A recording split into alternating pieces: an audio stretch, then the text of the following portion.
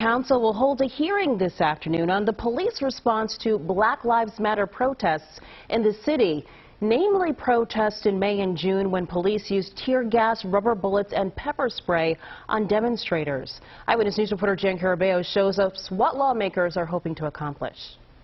Today's hearing in front of City Council serves two purposes. One, to give people a chance to talk about what they experienced during protests here in the city earlier this year.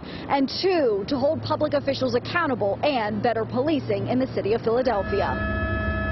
We really need to hear directly from people. What people are talking about right now will be critically important to decisions that the city will make and that ultimately legislative and policy changes that could ensue as well. Philadelphia Councilwoman Helen Gim is prepared to listen to more than 24 speakers today.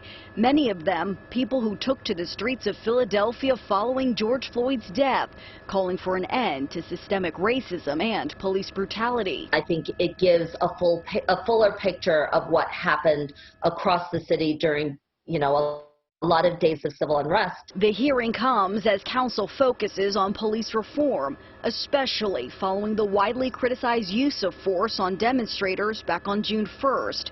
This was the scene that played out that day on I-676.